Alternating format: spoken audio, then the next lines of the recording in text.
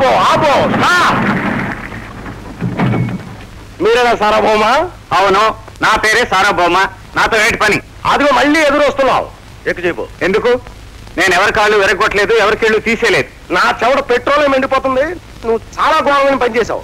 Constables బెడిలేసి. అక్కర్లేదు, నేనే వస్తాను, పదండి. అలా రాదారికి ఆడపిల్లలు అంటే అప్పడాల్లాగా ఆవకాయలాగా కనపడతారా మీ కుర్రాళ్ళకి?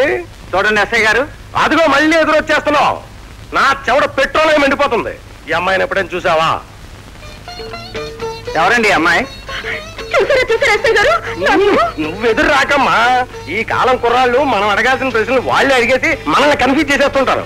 ఇంతకీ అమ్మాయి నువ్వు ఎప్పుడు చూడలేదంటావు. మీరు అన్ననిస్తే. అదిగో మళ్ళీ ఎదురు వచ్చేస్తున్నావు. నా పేరు రాణి అని తెలియదంటారా? గవర్నమెంట్ ఉమెన్స్ కాలేజ్ లో చదువుతున్నానని తెలియదంటారా? రోజు కాలేజ్ వదిలే టైంలో అవుట్ గేట్ దగ్గర కాపలా కాస్తూ కన్ను కొట్టి పళ్ళికి నుంచి నన్ను ఏడిపించడం తెలియదంటారా? మాట్లాడండి సార్. మీ కాలేజ్ గేట్ దగ్గర కాపలా కాసి మిమ్మల్ని ఏడిపించే తీరిక అభిరుచి నాకు లేవు. ఎవరిని చూసి ఎవరనుకుంటున్నారు? I'm doctor Sarvabhouma. ఎస్ఐ గారు, ఇదేమన్నా సినిమా హాల్ అనుకున్నావా? కుశల ప్రశ్నలు అడిగేసి దాటేయడానికి. Mister SI, you are wasting your time on wrong person. Miss Rani, be sensible. Shut up. మీరే నాకు నీతులు చెప్పక్కర్లేదు. నేను చెప్పేవి నీతులు కావు, నిజాలు. కాదు, అబద్ధాలు, అబద్ధాలు.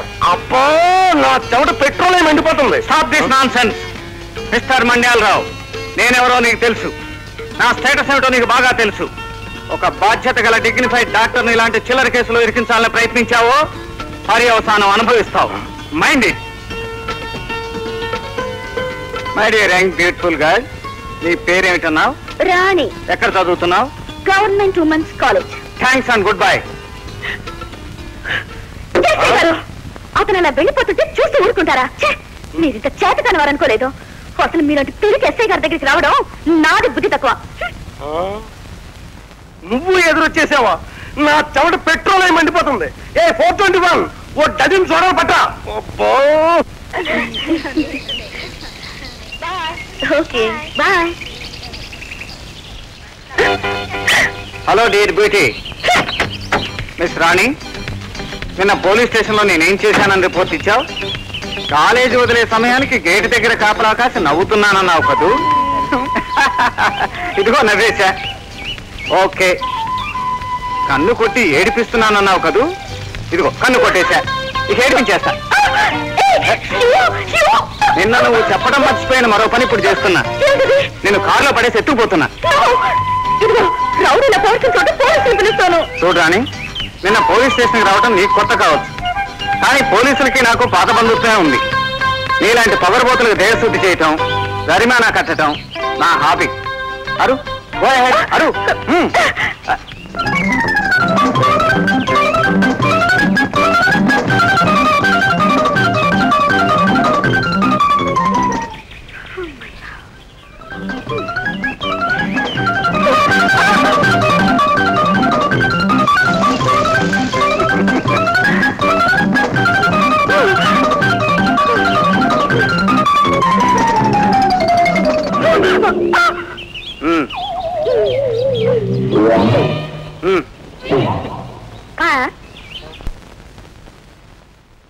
అత్తయ్య అత్తయ్య చాలా అత్తయ్య, ఇంక తినలేనత్తయ్య. నువ్వు వడ్డించమ్మా. పిల్లకి అలాగే అంటాడు. నువ్వు చేతి నువ్వు వడ్డించమ్మా.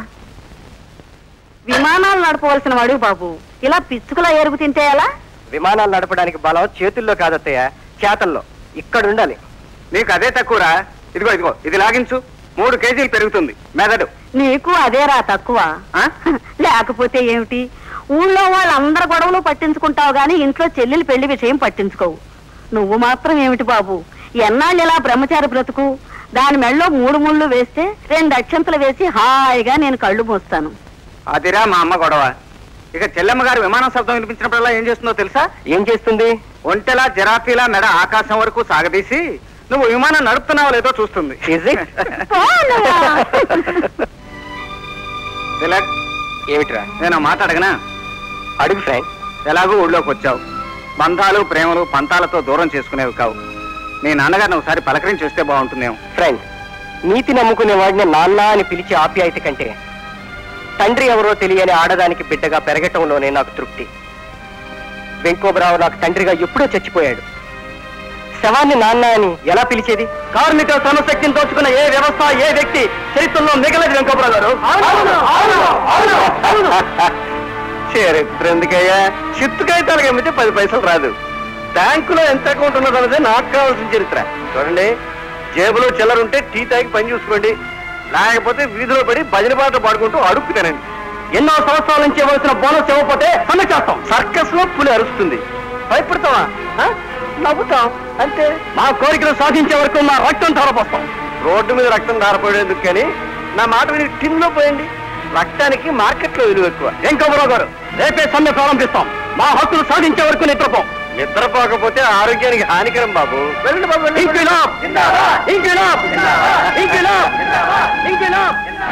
సార్, పాపం వాళ్ళ కోరికలు తీర్చడం న్యాయంగా ఉంటుంది సార్. నాకు అలాగే అనిపిస్తుందయ్యా. కోతకొచ్చిన కోడిని, కూతకొచ్చిన నాయకుడిని చూస్తూ ఊరుకుంటావా? ఒరే నాగులు, ఆ రాజయ్య సమ్మె చేస్తానంటున్నాడు, నేను వద్దంటున్నాను. మరి నువ్వేమంటావురా?